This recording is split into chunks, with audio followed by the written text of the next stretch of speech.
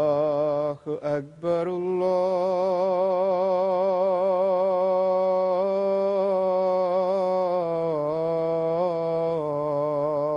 الله أكبر الله أكبر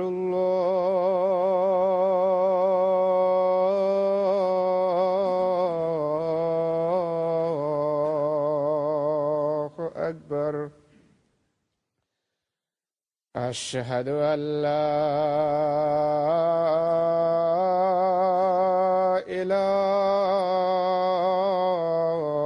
إله إلا الله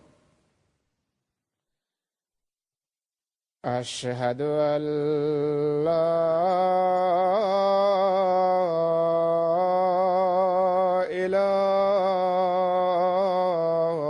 إله إلا الله أشهد أن محمدا رسول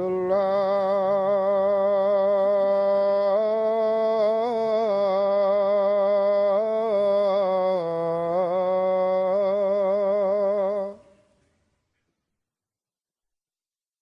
أشهد أن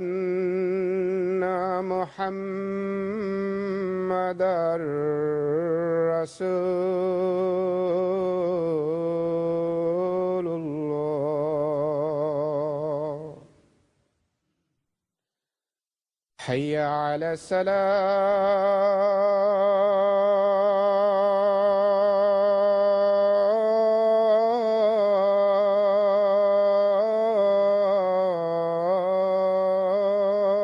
الصلاة حي على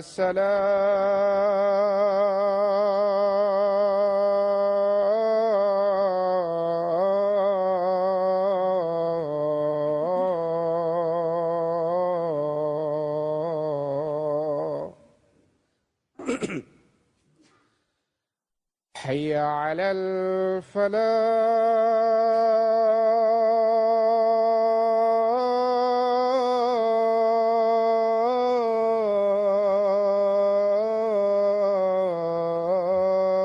الفلاح حي على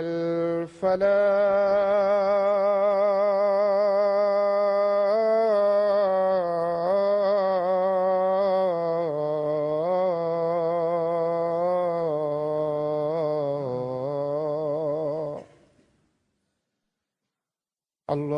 الله أكبر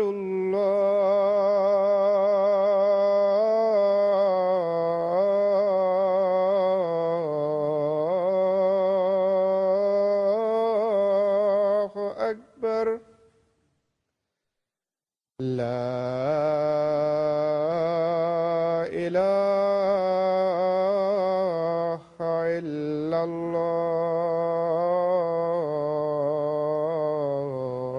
الله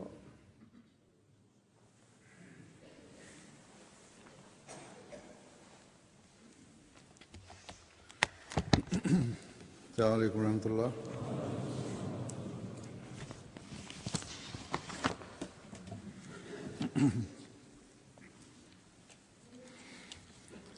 أشهد أن لا إله إلا الله وحده لا شريك له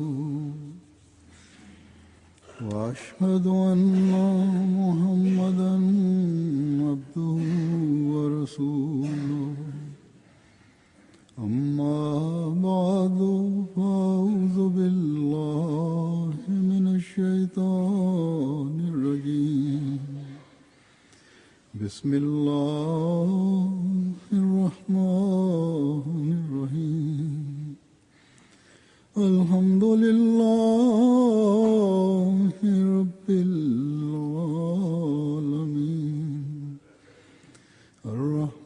الرحمن الرحيم مالك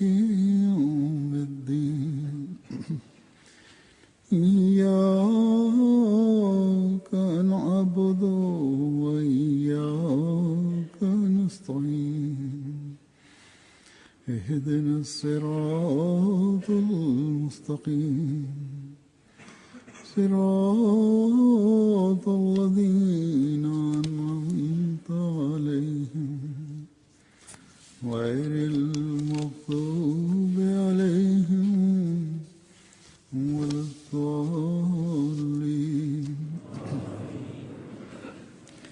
يا أيها الذين آمنوا كتب عليكم الصيام كما كتب على الذين من قبلكم لعلكم تتقون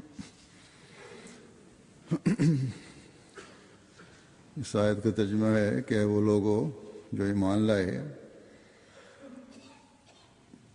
La traduction de ce verset est comme suit. Ô vous qui croyez, le jeûne vous est prescrit, tout comme il a été prescrit à vos devanciers. Le jeûne vous a été prescrit afin que vous adoptiez la piété.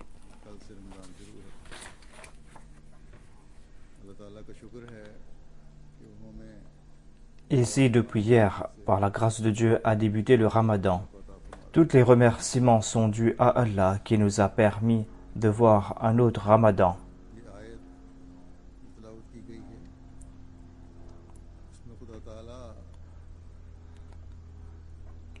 Dans ce verset que je viens de présenter, Dieu a attiré l'attention du croyant concernant l'importance du Ramadan. Il lui a fait aussi comprendre le fait que ces jeûnes du Ramadan sont obligatoires. Dieu a aussi déclaré que le jeûne a été prescrit aux autres communautés des prophètes qui vous ont devancés.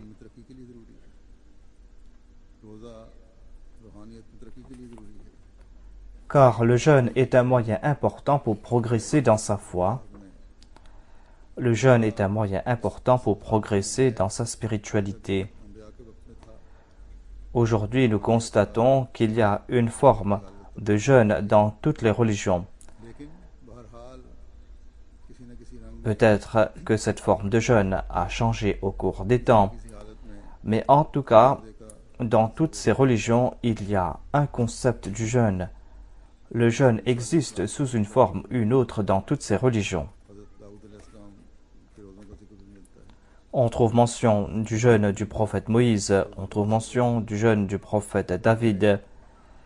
Parmi les hindous aussi, il y a le concept du jeûne. Pour eux, le jeûne, c'est de ne pas consommer des repas qui ont été préparés sur le feu. Parmi les chrétiens aussi, il y a un concept du jeûne. Il y a certains parmi les chrétiens qui, pour le jeûne, ils ne consomment pas de la viande, ils peuvent consommer des légumes, mais pas de la viande. Quelque temps de cela, je suis tombé sur une de ces personnes qui jeûnait. Nous avons un ami chrétien dont je ne vais pas citer le nom ni le nom de son pays. En tout cas, il était présent pour une réception. Il était assis à côté de moi. Et j'ai vu qu'il n'avait pas encore reçu son assiette alors qu'on avait déjà servi les autres. Je lui ai demandé s'il n'allait pas manger. Et il m'a dit que je suis en train de jeûner. En tout cas, j'ai respecté son vœu. J'étais aussi étonné que c'est une personne de ce bas monde, c'est un homme politique, mais il est en train de mettre en pratique sa foi. Et après quelque temps, j'ai vu qu'on avait placé quelques légumes devant lui. On avait aussi placé du riz. Et je lui ai dit que vous pouvez consommer les légumes et du riz pendant votre jeûne. Il m'a dit oui, je peux consommer cela. Et il a commencé à manger.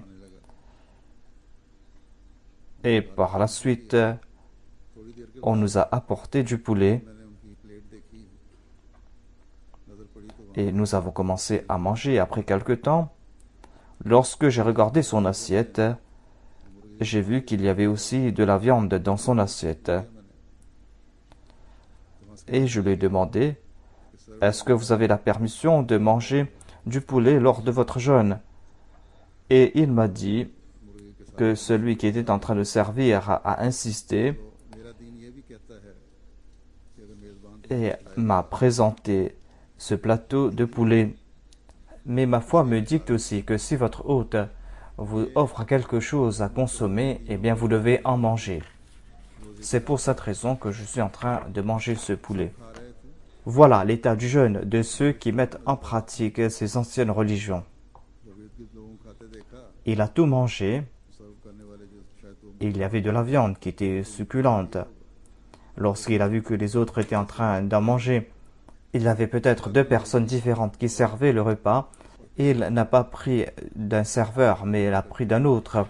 Il a pris par politesse et il a commencé à en manger. Ainsi, sa politesse a eu le dessus sur les préceptes de sa religion. Cela en est ainsi tout simplement parce que dans ces livres religieux, tout cela n'a pas été énoncé clairement. Mais le Saint-Coran a été protégé et Dieu a promis qu'il va protéger le Saint-Coran. Le Coran a été protégé dans son état originel et les croyants ont reçu des ordres. Ici, on n'a pas évoqué uniquement les jeûnes des prophètes. On n'a pas parlé uniquement à propos des jeûnes des anciens. Mais il est dit aux croyants que si vous êtes de véritables croyants, eh bien sachez que le jeûne vous a été rendu obligatoire. Le jeûne vous est obligatoire pour 1 mois. Vous devez éviter toute forme de repas du matin jusqu'au soir. Qu'est-ce que le croyant va-t-il gagner en retour? Il est dit, vous allez gagner la taqwa en retour. Vous allez progresser dans la taqwa. Et grâce à ce jeûne, vous allez acquérir le plaisir de Dieu.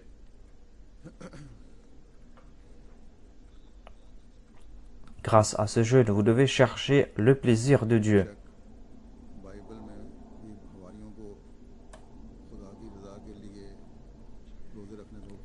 Dans la Bible, on trouve mention des apôtres de Jésus qui ont jeûné pour avoir le plaisir de Dieu.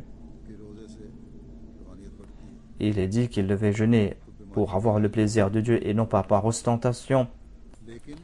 Et il est dit que grâce au jeûne, on progresse dans sa spiritualité et que cette spiritualité est un traitement pour les maladies. Mais le concept de la rédemption a complètement anéanti l'esprit même du jeûne, le jeûne grâce auquel l'on doit acquérir la taqwa. Puisque l'on ne va pas acquérir la taqwa, eh bien, l'on ne va pas comprendre l'importance même du jeûne. Puisque ce jeûne n'a aucun avantage, eh bien ce jeûne n'est qu'un jeûne que de nom. Et au cours de ce jeûne, on peut consommer des légumes jusqu'à de la viande.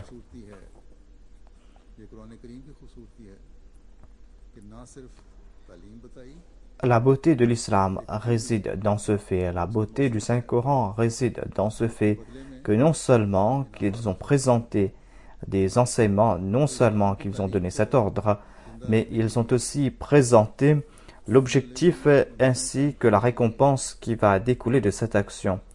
Et afin de maintenir vivants les enseignements de l'islam, afin de présenter des exemples pratiques au monde, Dieu a toujours envoyé des mujaddidines, des réformateurs et des awliya.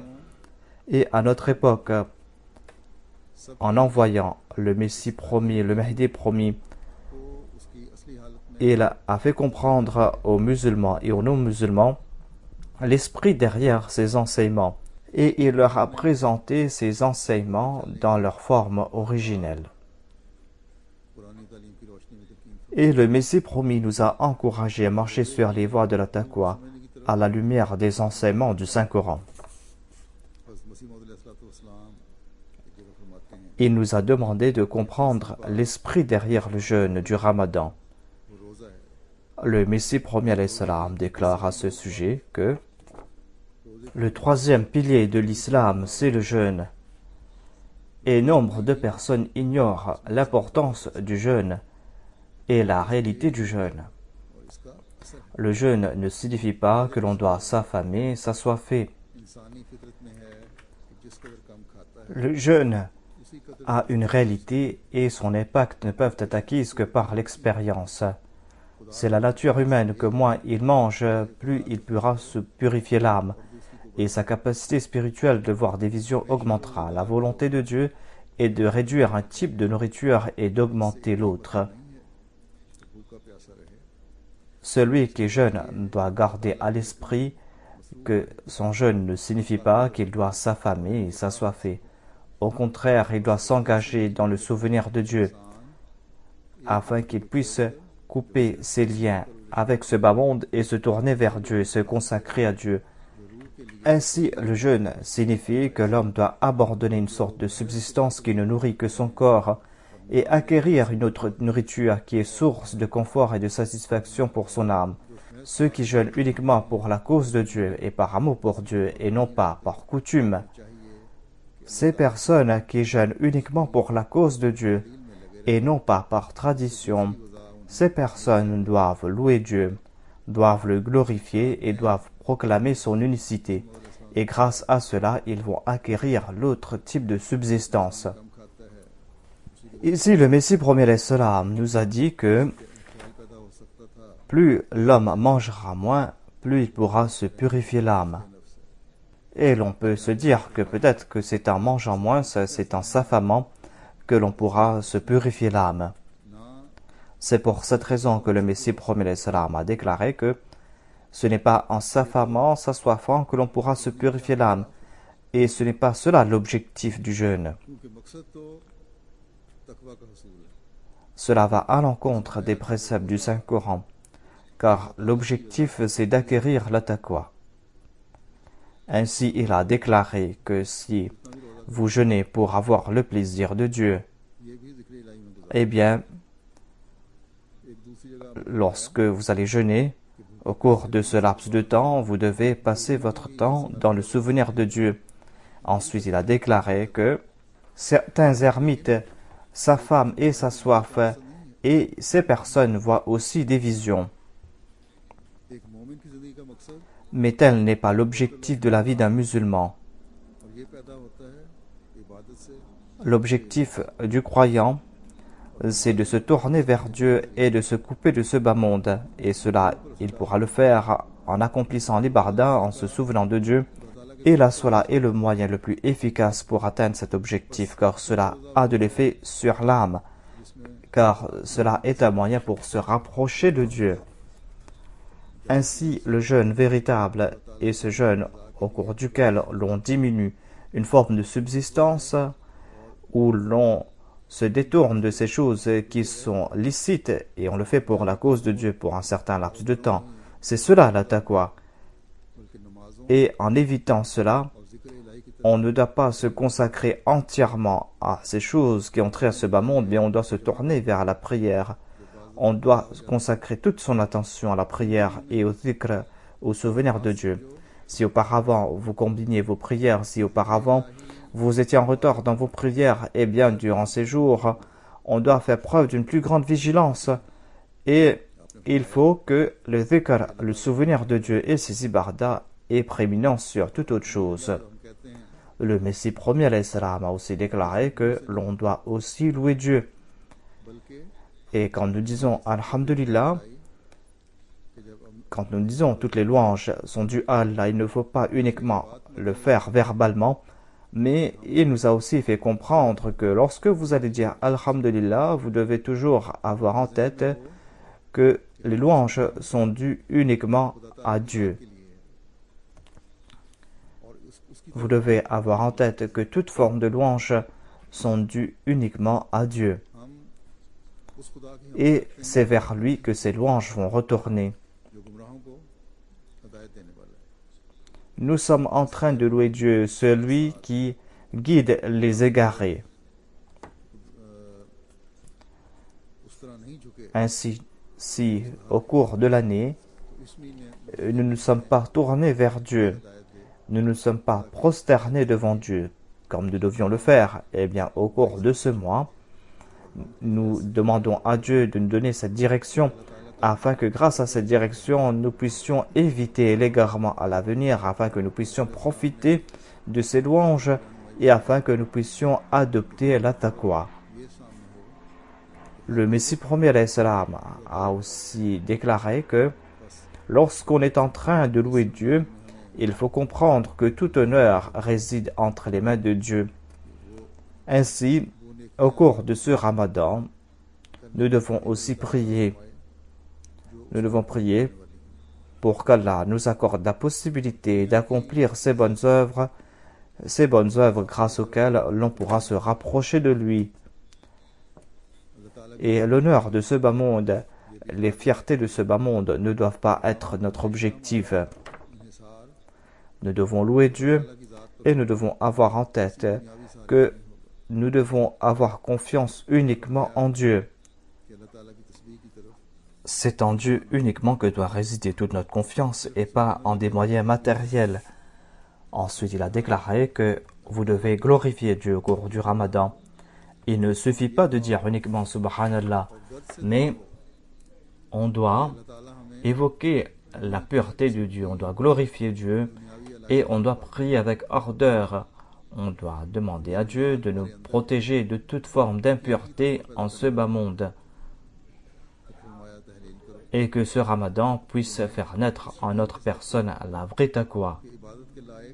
Ensuite, il a déclaré que vous devez proclamer l'unicité de Dieu, c'est-à-dire vous devez avoir cette certitude au cours de votre prière que seul Dieu mérite toute adoration. Et nous devons aussi avoir cette certitude que seul Dieu pourra nous protéger de tout malheur.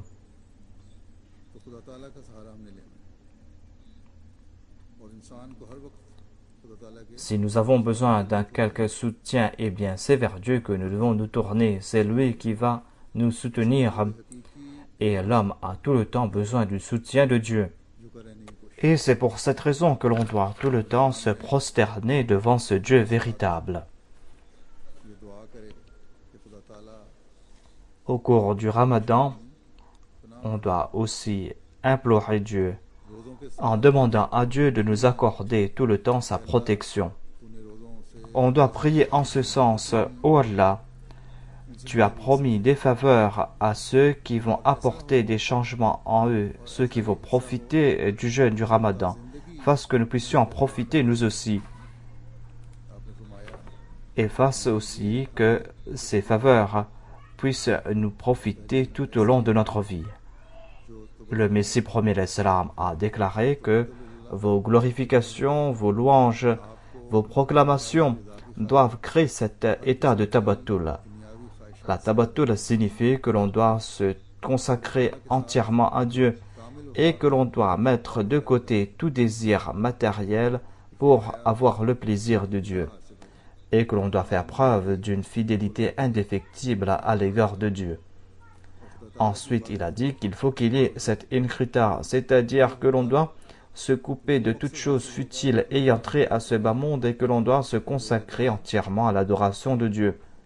Lorsqu'il en sera ainsi, c'est là que l'on va atteindre l'objectif qui a été évoqué par Dieu, à savoir que celui qui jeûne va acquérir la taqwa. Ainsi, le Ramadan a débuté depuis 2 jours et va durer 29 ou 30 jours. Ce Ramadan nous sera d'un avantage quelconque lorsque nous aurons en tête cet objectif. Et cet objectif est si grand que l'on va devoir faire beaucoup d'efforts en ce sens. Il faut s'acquitter de ses devoirs envers ce jeûne et il faut accomplir aussi ses autres devoirs quant aux ibadah. Il faut s'acquitter de ses devoirs envers les créatures de Dieu. Car c'est en accomplissant tous ces devoirs que l'on pourra acquérir la taqwa. Nous devons aussi nous souvenir de ce point.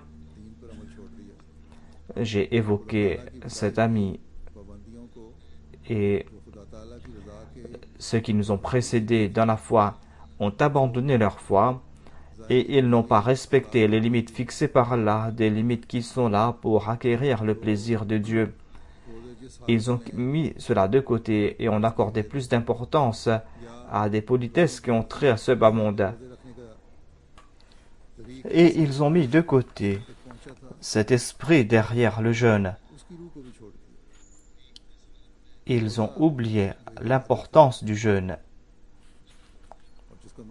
Le jeûne qui est une forme d'adoration, et l'objectif du jeûne, c'est de progresser dans la taqwa, c'est de chercher le plaisir de Dieu. Et ils ont oublié cet objectif. Si nous regardons cela de plus près, eh bien ce sera une forme de shirk que par politesse, on doit plaire à son hôte et on doit mettre de côté les préceptes de Dieu et qu'on doit enfreindre les lois de Dieu pour plaire à son hôte. Lorsqu'on va accorder plus d'importance à un objet qu'à Dieu, eh bien peu à peu, on va mettre à l'écart la personne de Dieu et le shirk, le polythéisme, aura prééminence. Ainsi, Dieu déclare que le jeûne a été prescrit à ceux qui vous ont devancé. Le jeûne n'est pas quelque chose qui vous a été prescrit qu'à vous uniquement, mais les peuples d'antan, les religions d'antan ont été corrompus et ils ont oublié l'esprit derrière ces commandements divins. Et ils ont accompli que ces actes, des actes qu'ils ont accomplis par ostentation. Ici, il y a une leçon pour ces musulmans. Ces musulmans qui, au lieu de comprendre l'esprit du jeûne, au lieu de se tourner vers Dieu, au lieu de glorifier Dieu, au lieu de louer Dieu et au lieu de protéger leurs prières, ces musulmans qui sont fiers uniquement de leur jeûne, eh bien, leurs jeûnes seront comme les jeûnes de ceux qui les ont devancés. S'ils n'ont pas comme objectif la taqwa, eh bien votre état sera le même que ceux qui ont accepté ces religions d'antan. Il y a ces soi-disant dévots qui, en sus des jeûnes obligatoires, font aussi des jeûnes facultatifs et qui dévoilent cela aux autres, alors que généralement on doit cacher les nawafil, ces actes facultatifs. Le Messie premier alayhi salam a aussi évoqué de telles personnes. Par exemple, si un invité vient voir ces personnes, ils vont dire « Mangez, moi, je ne peux pas manger ». Ou ils partent voir quelqu'un à l'heure du repas et leur hôte va commencer à leur servir un repas. Ils vont dire que non, je ne peux pas manger, j'ai certaines contraintes. C'est-à-dire, en deux termes voilés, ils veulent faire comprendre à l'hôte que moi je suis en train de jeûner. Ensuite, il y a de telles personnes qui jeûnent au cours du Ramadan et qui évoquent la longueur du jeûne. Ici, nous sommes en été et le jeûne est très long et ils vont en faire mention. Non pas que le jeûne dure trop longtemps, mais ils font tout un étalage à ce sujet. Ensuite, afin de faire étalage de leur dévotion, ils vont donner des détails concernant leur sehri et leur iftar. Ils vont dire que je consomme très peu. Ils vont dire que je mange très peu le matin et je romps mon jeûne avec très peu. Certes, des fois, on peut en faire mention, on le fait sans connaissance de cause et on ne le fait pas par ostentation. Mais il y a de nombreuses personnes qui en font mention. Ils le font afin de faire étalage de leur jeûne du fait qu'ils mangent très peu et afin d'impressionner les autres. Il y a ces soi-disant ulémas parmi les autres musulmans qui disent que, en raison de leur souffrance pour leur foi, ils mangent très peu. Il y a un de ces soi-disant érudits qui a été évoqué par un ami non-ahmadi. Il a dit que cet érudit était un très grand orateur et que ses discours étaient très véhéments contre la communauté. Un jour, il est parti voir cet ami non-ahmadi. Celui-ci était son disciple et il lui a servi comme un roi. Il lui a présenté des poulets rôtis le matin pour le déjeuner. Et ce grand orateur, ce grand érudit a consommé pour le déjeuner 3 poulets rôtis. En tout cas, ces érudits sont de très bons mangeurs. Mais par la suite, il est parti pour la conférence et il a prononcé son discours. Il est parti là-bas et afin d'impressionner la foule, dès le début, il a dit que moi, qui suis le serviteur de la foi, moi qui suis descendant du saint prophète Mohammed paix soit lui, et par souffrance pour la foi, depuis ce matin, je n'ai même pas consommé un seul grain. Je n'ai même pas consommé un seul grain. L'ami non Ahmadi qui a raconté cela a dit que moi j'étais devant et il est en train de dire cela alors que ce matin il a consommé devant moi 3 poulets rôtis en entier. En tout cas, l'érudit avait très bien dit, il n'avait même pas consommé un seul grain de riz, il avait consommé 3 poulets entiers. En tout cas, il y a de tels musulmans dont la souffrance pour la foi, dont les ibardas, dont les jeûnes, qui est une forme d'ibarda, tout cela n'est pas un moyen pour avoir le plaisir de Dieu, mais ils accomplissent tout cela par ostentation. Et Allah a déclaré que chacune de vos actions, chacune de vos ibardas doit avoir pour objectif la taqwa. Si vos ibardas ne sont que de pure forme, eh bien, ceux qui vous ont précédés n'ont pas été récompensés pour ces actes ostentatoires, et vous ne serez pas non plus récompensés pour ces actes ostentatoires. Si votre objectif c'est d'impressionner les gens de ce bas monde, eh bien, ces gens ont été impressionnés par vos qualités, et c'est là votre récompense, et vous avez été récompensés, mais vous ne serez pas récompensés par Dieu. Si vous désirez quelle récompense de la part de Dieu, si vous désirez des récompenses pour votre jeûne, eh bien, sachez que vous ne pourrez pas acquérir cela sans la taqwa. Et seul Dieu pourra décréter concernant la taqwa, c'est-à-dire qui marche sur les voies de la taqwa et qui ne le fait pas. Lorsque le croyant va penser en ces termes, lorsqu'il va passer son jeûne du Ramadan en réfléchissant en ces termes, eh bien, grâce à ce jeûne, il va avoir le plaisir de Dieu et ce jeûne sera un moyen pour lui de purifier son âme. Ce jeûne sera aussi un moyen pour pouvoir accomplir de bonnes œuvres à l'avenir. Et une telle personne va faire partie de ceux à propos de qui le saint prophète Mohammed lui a déclaré que celui qui jeûne en passant par un état de foi et celui qui jeûne tout en faisant son analyse de conscience, celui qui jeûne en étant croyant et en faisant son analyse de conscience, eh bien celui-là aura ses péchés pardonnés. Et Allah aussi déclaré que vous devez jeûner pour ma cause, et moi je serai la récompense de celui qui jeûne pour ma cause. C'est-à-dire, Dieu lui-même va récompenser cette personne. Celui qui jeûne pour avoir le plaisir de Dieu, sa récompense est connue par Dieu uniquement. Lui seul pourra le récompenser. Dieu est celui qui est généreux lorsqu'il accorde, il accorde sans compter. Voilà ces jeûnes que chacun d'entre nous doit accomplir. Nous ne devons pas jeûner tout simplement parce que tout le monde est en train de jeûner au cours du Ramadan.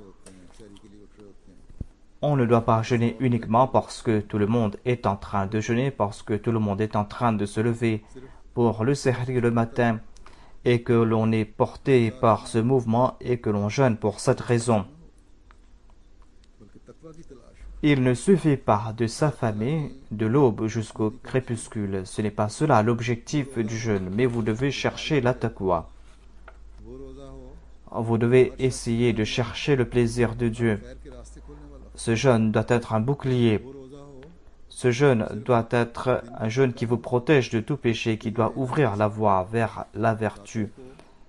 Au cours de ce jeûne, on ne doit pas uniquement s'affamer pendant la journée, mais on doit aussi se souvenir de Dieu pendant la journée et on doit embellir ses nuits avec ses prières facultatives.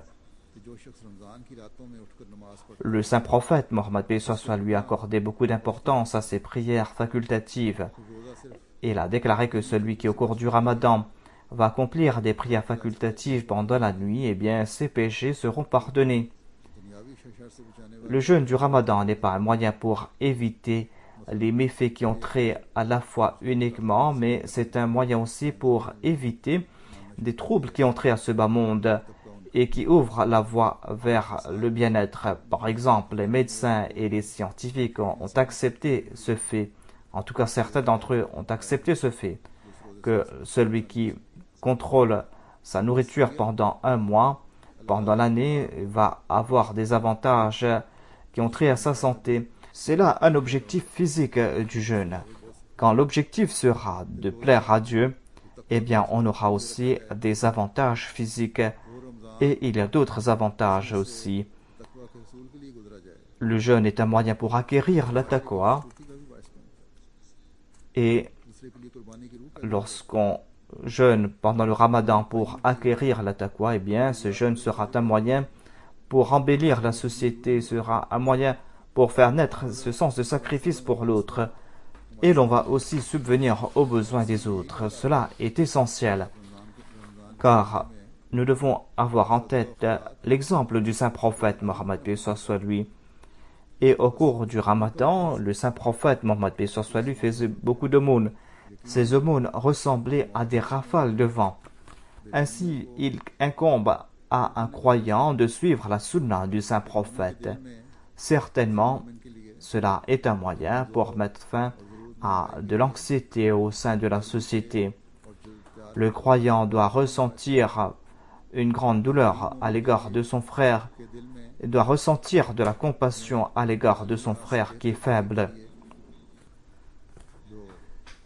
Quand on va ressentir de la compassion pour un frère qui est dans le dénuement, un frère croyant qui est dans les difficultés, et lorsqu'on va s'acquitter de ses devoirs envers ce frère, eh bien, on va faire naître de la reconnaissance et de l'affection. Le jeûne est un moyen pour acquérir la taqwa, c'est un moyen pour avoir le plaisir de Dieu. Et pour cela, on va devoir faire des efforts. Et on ne va pas manger peu le matin ou lorsqu'on rompt son jeûne, tout simplement pour impressionner les autres. Mais on va le faire tout simplement parce que lorsqu'on va consommer peu, on va pouvoir se purifier l'âme.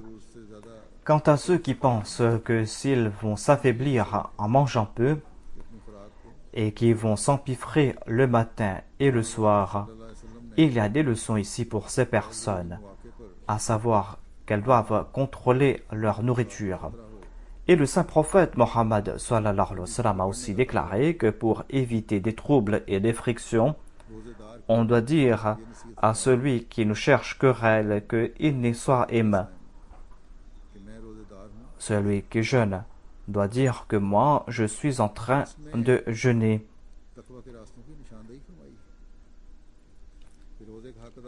Ici, le saint prophète Mohammed paix soit lui nous a indiqué ces voies qui nous mènent vers la taqwa, à savoir que pour s'acquitter de ses devoirs envers le jeûne, pour acquérir la taqwa, il faut aussi se maîtriser. Vous allez devoir éviter des querelles, et c'est ainsi que vous allez atteindre l'objectif du jeûne. Vous allez devoir éviter aussi de la médisance afin d'atteindre l'objectif du jeûne. Et vous allez devoir éviter le mensonge, car c'est grâce à cela que vous allez atteindre l'objectif du jeûne. Celui qui jeûne ne doit pas utiliser aussi sa langue à mauvais escient.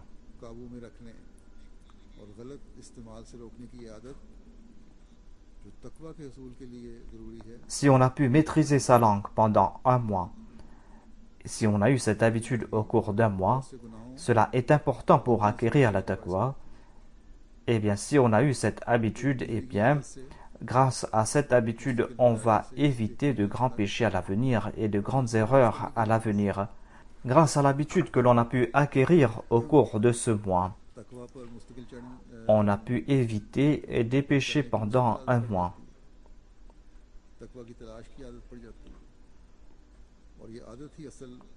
Et on a eu l'habitude de marcher sur les voies de la taqwa. Et on a eu cette habitude à rechercher la voie vers la taqwa. Et c'est cette habitude qui est l'objectif du jeûne et du ramadan. Sinon, au cours d'un mois, accomplir de bonnes œuvres et faire des efforts pour avoir le plaisir de Dieu pendant ce un mois uniquement, et pour être impressionné par le monde, pour commettre des péchés pendant les 11 mois de l'année, ce n'est pas cela l'objectif du ramadan. Ainsi, au cours de ce mois, chacun d'entre nous doit faire son analyse de conscience et on doit essayer d'atteindre l'objectif du jeûne. on doit chercher ses voies vers la taqwa.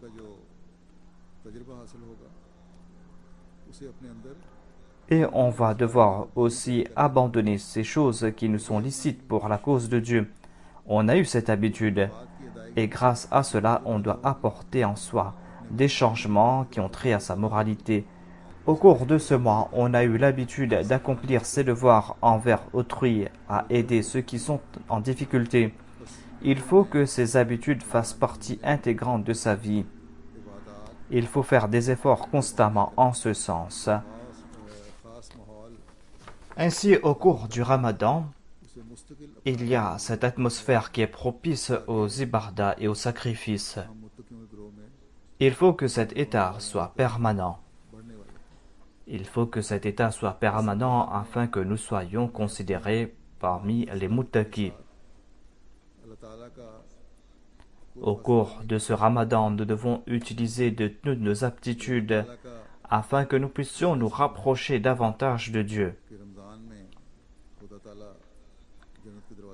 C'est là une faveur que Dieu nous a accordée, à savoir qu'au cours du Ramadan, Dieu ouvre les portes du paradis et il ferme les portes de l'enfer. Nous devons faire plus d'efforts au cours de ce mois, plus d'efforts en faveur de nos ibadah, afin que nous puissions nous purifier l'âme et afin que nous puissions nous acquitter de nos devoirs envers les autres. Et par l'entremise de ces actions, nous devons passer par les portes du paradis. Nous devons faire des efforts en ce sens. Et ces portes du paradis doivent être toujours ouvertes pour nous. Nous devons toujours nous prosterner devant Dieu en faisant notre repentance et nous devons être considérés de ceux dont le repentir a été agréé par Dieu. Et grâce à le repentir, ils rendent Dieu plus joyeux qu'une mère qui a retrouvé son enfant qui était perdu. Que Dieu nous accorde la possibilité d'acquérir cet amour et qu'au cours de ce mois, nous puissions plaire à Dieu, lui accorder cette joie qui dépasse de plus la joie de la mère qui a retrouvé son enfant perdu. Mais comme je l'ai dit auparavant, afin de plaire à Dieu, nous devons progresser dans nos ibadah, nous devons acquérir la taqwa et nous devons accomplir ces ibadah qui sont obligatoires et facultatives. Nous devons rehausser la norme de ces ibadah. Nous devons accomplir nos jeûnes comme cela doit être accompli. Nous devons accomplir nos devoirs envers Dieu et envers ses créatures.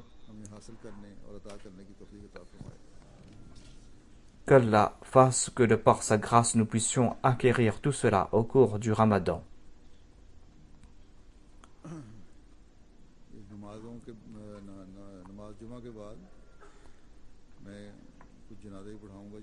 Après la prière de Juma, je vais diriger la prière funéraire de quelques personnes. Il y a une personne qui est décédée récemment. Est-ce que la dépouille de la personne est présente?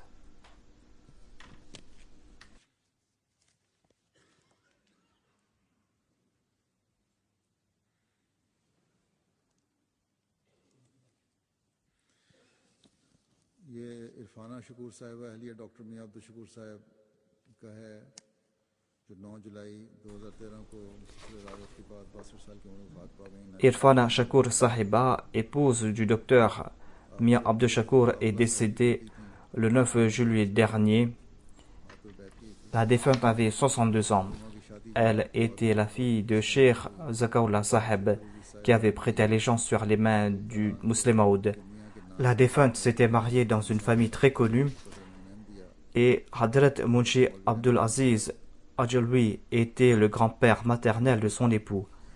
Hadrat Maulvi Mohammadin et Maulvi Rahmat Ali Sahib, tous deux étaient des compagnons. Et le Maulvi Rahmat Ali Sahib était compagnon du Messie premier et il était un missionnaire qui a travaillé en Indonésie. Ces deux compagnons du Messie premier l'Islam étaient des oncles du mari de la défunte. La défunte était une personne très pieuse, qui était régulière dans ses prières et qui était très appréciée. Elle a toujours encouragé les membres de sa famille et ses enfants d'être fidèles envers l'Ahmadiyya et la Jamaat. Elle a laissé derrière lui son époux, 3 filles et 2 fils. Un de ses fils est le docteur Omar Ahmad Saheb, qui est décédé le 28 mai 2010 à Lahore.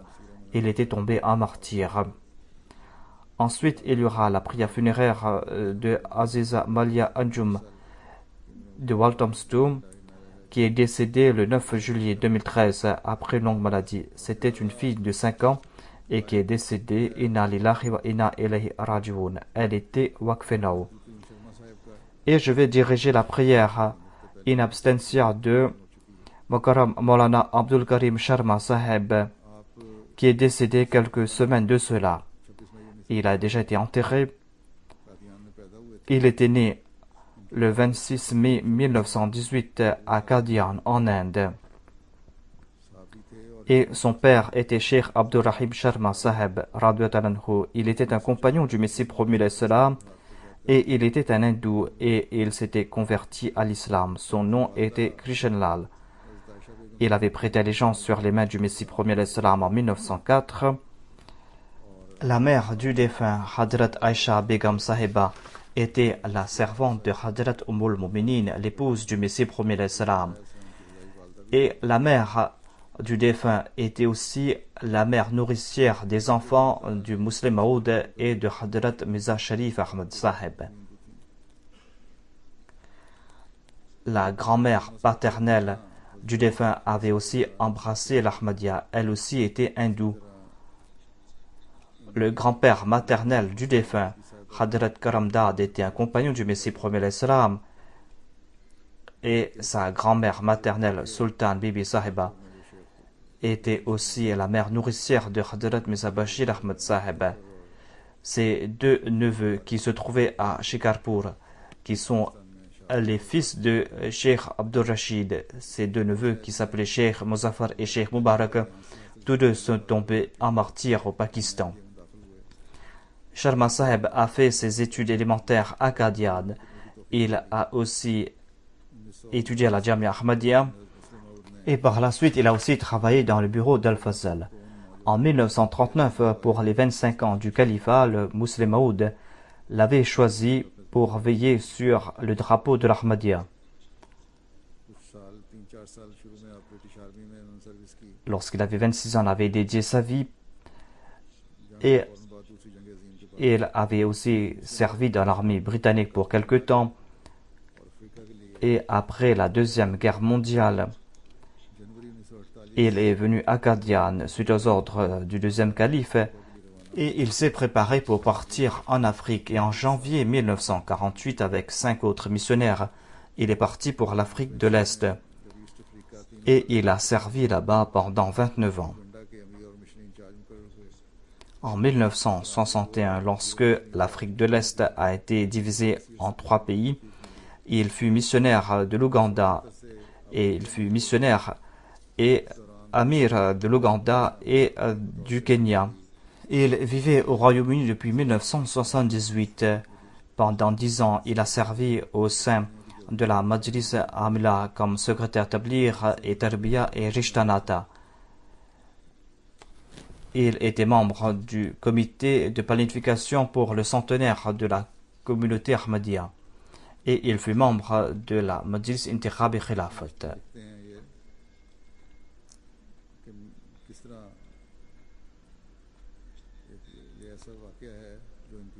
Il a évoqué la sincérité de son père et le respect qu'il avait à l'égard des sentiments de son père.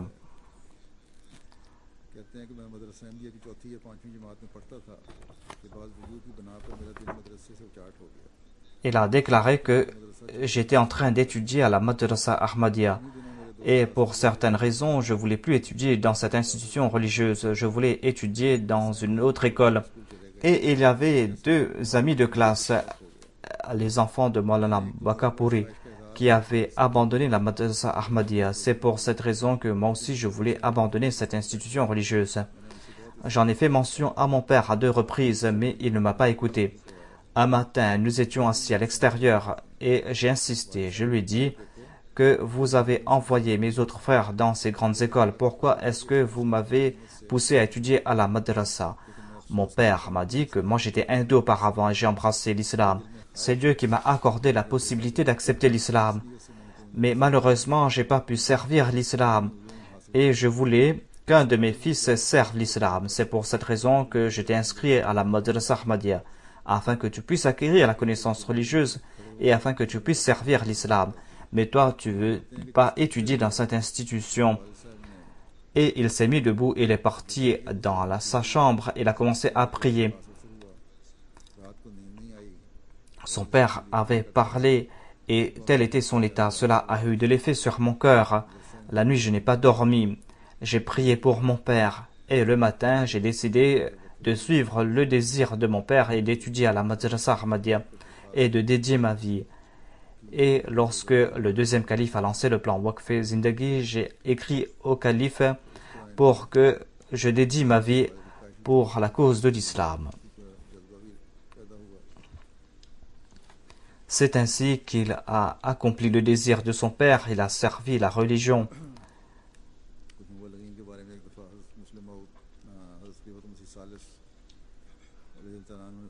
Le troisième calife avait évoqué certains missionnaires et il avait aussi cité le nom du défunt aussi, alors qu'il était dans la mosquée. Il a dit qu'il y a certains de nos missionnaires qui mangent aujourd'hui arabois. Personne ne leur demande quoi que ce soit, personne ne leur accorde de l'importance. Mais lorsque j'envoie ces mêmes personnes dans d'autres pays, eh bien ces missionnaires sont honorés par des présidents et des ministres et ils les invitent pour des réceptions.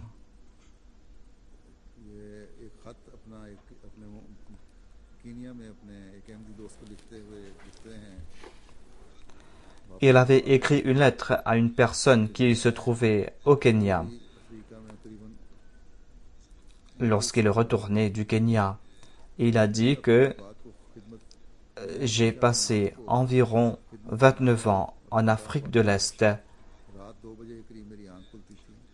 et je me considérais toujours comme incapable. Le matin, vers 2 heures du matin, je me levais et j'évoquais mes incapacités et j'étais vraiment troublé et j'implorais l'aide de Dieu. Et le lendemain, je faisais mon programme. C'est ainsi que doivent agir tous nos missionnaires. Tous nos missionnaires doivent agir en ce sens et doivent servir la communauté, doivent ressentir cette douleur, doivent implorer l'aide de Dieu.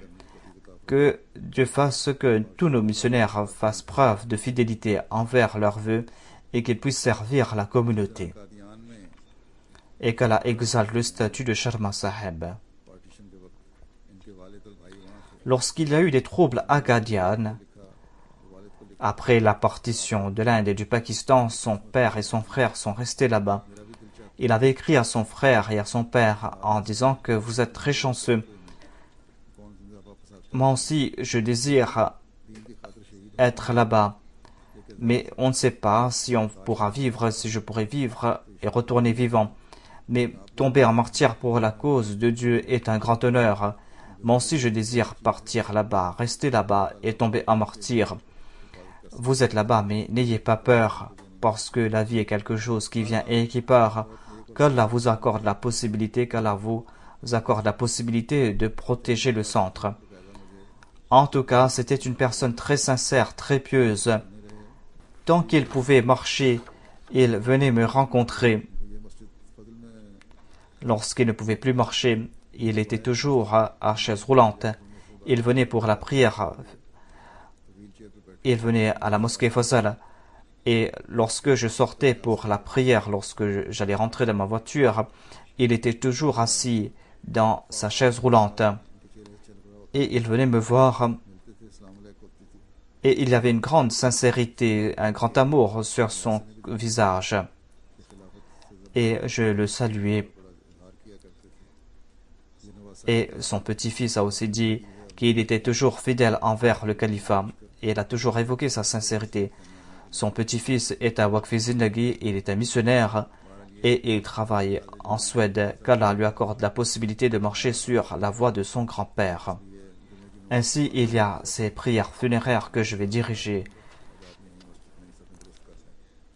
Après la prière de Juma, je vais partir à l'extérieur pour diriger ces prières funéraires. Vous devez prier ici dans la mosquée.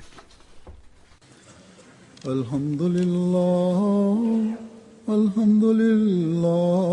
nahmaduhu wa nasta'inuhu wa nastaghfiruhu wa nu'minu bihi wa natawakkalu alayhi ونعوذ بالله من شرور أنفسنا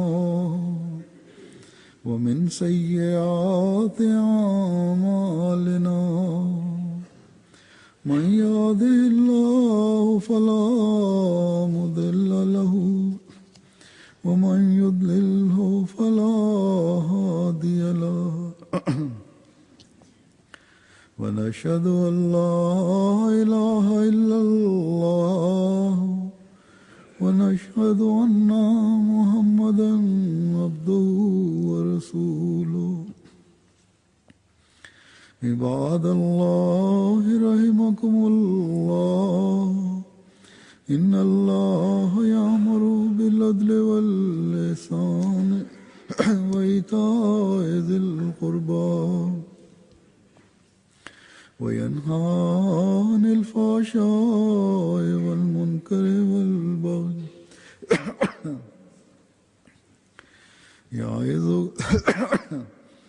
يعظكم لعلكم تذكرون اذكروا الله يذكركم وادعوه يستجب لكم ولذكر الله أكبر